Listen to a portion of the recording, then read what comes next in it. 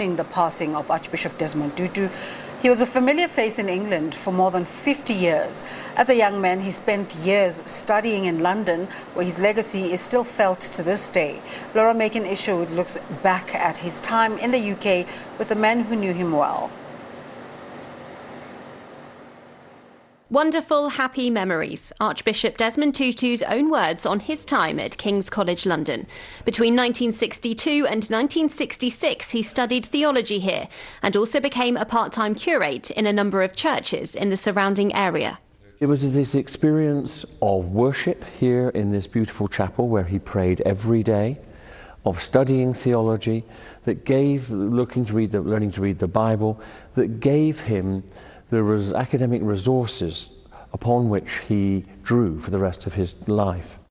In 1990, on the day Mandela and de Klerk held their first face-to-face meeting, Archbishop Desmond Tutu was in the UK speaking at the University of Exeter in southwest England.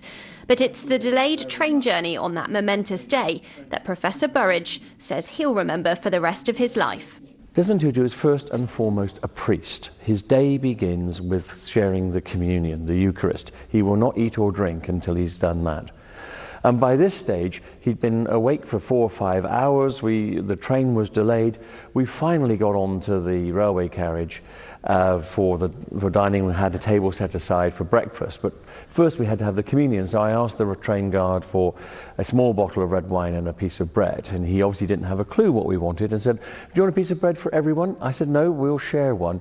"Would you like me to cut it up?" "No, the Archbishop will break it." "Would the Archbishop like it buttered, sir?" And it was extraordinary to see this service of Holy Communion going on through the British countryside at 125 miles an hour with prayers for the liberation of South Africa. His legacy as one of King's most famous alumni was celebrated when the Students' Union opened a bar and nightclub in his name.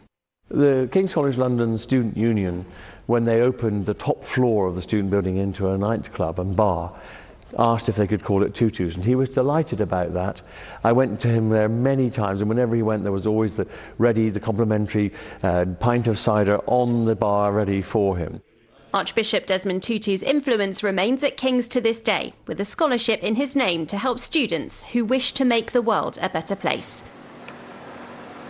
Amongst all his characteristics, Anglican Archbishop Emeritus